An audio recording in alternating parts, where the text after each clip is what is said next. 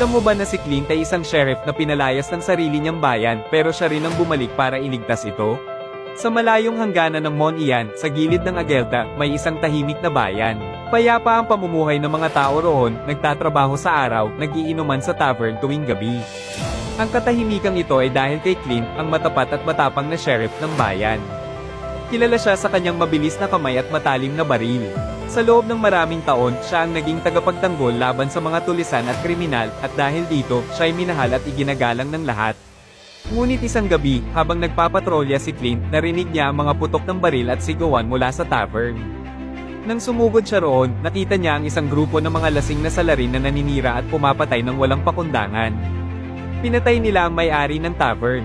Hindi nagdalawang isip si Clint, hinarap niya ang mga ito. Sa gitna ng alab at putukan, natalo niya ang karamihan at naaresto ang natirang buhay. Kinabukasan, inilabas ni Clint ang mga kriminal sa harap ng mga mamamayan upang hatulan. Ngunit bigla ang nagpakilala ang pinuno ng grupo, si Blandy, pamangkin ni Waldo Kane, ang pinakamalupit at pinakakinatatakutang pinuno sa Los Pecados. Nagbabala si Blandy, "Kapag pinatay ninyo ako, dudurugin ni Kane ang bayang ito. Walang matitira." Nabalot ng takot ang mga mamamayan. Alam nila kung sino si Kane, walang awa, walang batas. Hinimok nila si Clint na palayain si Blandy at humingi ng tawad. Ngunit sa mga mata ni Clint, ang pagpapatawad sa isang kriminal ay isang malaking pagkakanulo sa hustisya. Hindi siya natinag. Ipinabilanggo niya si Blandy at inihayag 3 araw mula ngayon, bibitayin siya. Ngunit pagkalipas ng 3 araw, dumating ang mga tauhan ni Kane, armado, mabangis, at mapanganib. Nagbanta sila, "Ibigay ninyo si Blandy. Magbayad kayo ng ransom, o wawasakin namin ang inyong bayan." Nagpatawag si Clint ng pagtitipon at buong tapang na nanawagan, "Ipagtanggol natin ang ating bayan. Lumaban tayo." Ngunit wala ni isa ang sumama. Sa halip, sinisi nila si Clint sa panganib. Ipinatalsik siya bilang sheriff at pinagdesisyonan ng bayan na ipaubaya si Blandy sa mga kriminal, pati na rin ng ransom. Ngunit nagkanulo si Blandy. Tinupad niya ang kanyang banta. Inatake pa rin ang bayan, sinunog ang mga tahanan, at pinaslang ang ilan sa mga inosente. Si Clint, noon ay malayo na, papalayo sa bayang minsang itinuring niyang tahanan. Ngunit mula sa malayo, nakita niya ang mga apoy at usok na bumabalot sa langit. Hindi niya natiis. Bumalik siya, mag-isa. Sa gitna ng apoy at kaguluhan, muli siyang bumunot ng baril. Walang sinayang na oras. Isa-isa niyang pinabagsak ang mga kalaban. Mabilis, walang alinlangan. Sa dulo ng laban, si Clint ay duguan at halos mawalan ng buhay. Ngunit nailigtas niya muli ang bayan. Lumapit sa kanya ang mga taong minsang nagtakwil sa kanya, humihingi ng kapatawaran. Hindi siya nagsalita, ngumiti lang, at sa katahimikan ng gabi, sumakay siya sa kanyang lumang asno at tahimik na lumisan. Papunta sa Los Pecados, hindi na siya maghihintay. Siya na mismo ang lalapit kay Kane.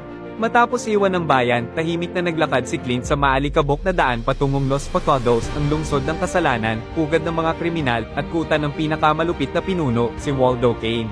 Habang tinatahak niya ang desyerto, nadaanan niya ang mga abandonadong nayon, mga libingang walang pangalan, at mga bakas ng karahasang iniwan ng imperyong kriminal ni Kane. Wala siyang imik, pero bawat hakbang ay mabigat pa ng galit at hustisya.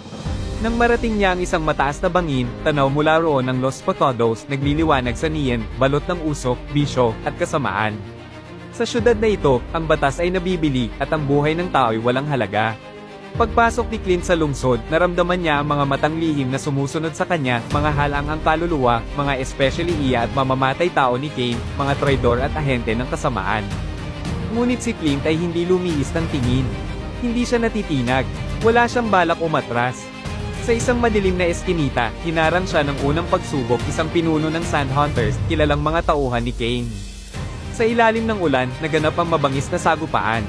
Nagtalsikan ng mga bala, nabasag ang mga salamin, at umalingaw-ngaw ang putok ng baril sa buong lungsod. Sa huli, si Clint pa rin ang nakatindig. Sugatan, ngunit buo. Sa patay na katawan ng kalaban, iniwan niya ang mensahe, "Waldo, parating na ako." Sa gitna ng lungsod, naroon ang trono ni Kane, isang marangyang ngunit malamig na bulwagan, napapalibutan ng armadong tauhan, mga asong halimaw, at bandilang may letrang K. Nang bumukas ang pinto, pumasok si Clint. Tahimik, matatag, hawak ang kanyang baril, duguan ng balikat, ngunit matalim pa rin ang tingin. Nagtagpo ang kanilang mga mata. "Dapat matagal ka ng patay, ani Kane. Dapat matagal ka ng nahatulan," sagot ni Clint. Biglang sumambulat ang labanan. Sumigaw ang mga tauhan ni Kane, pumatake ang mga halimaw, at nagtalsikan ng mga bala sa hangin. Sa loob ng ilang minuto, nabalot ng apoy, dugo, at putok ang buong bulwagan. Sa dulo, si Waldo Kane ay nakahandusay sa paanan ng kanyang trono. Wala na ang halimaw ng Los Pecados. Tahimik na lumakad si Clint palabas ng bulwagan. Hindi siya lumingon. Sa kanyang likuran, gumuho ang imperyo ng kasamaan, ang syudad na minsang nagpabagsak ng napakaraming buhay ay ngayon malaya na. Habang sumisikat ang araw, iniwan ni Clint ang Los Pecados. Mag-isa siyang naglakad sa tahimik na daan. Hindi na siya isang sheriff. Hindi na rin siya hinahangaan. Siya ngayon ay isang aninong dumaraan sa kasaysayan, isang alamat na isinilang sa baril, nasubak sa apoy, at nawala sa alikabok. Chivalry is dead, and I will revive it.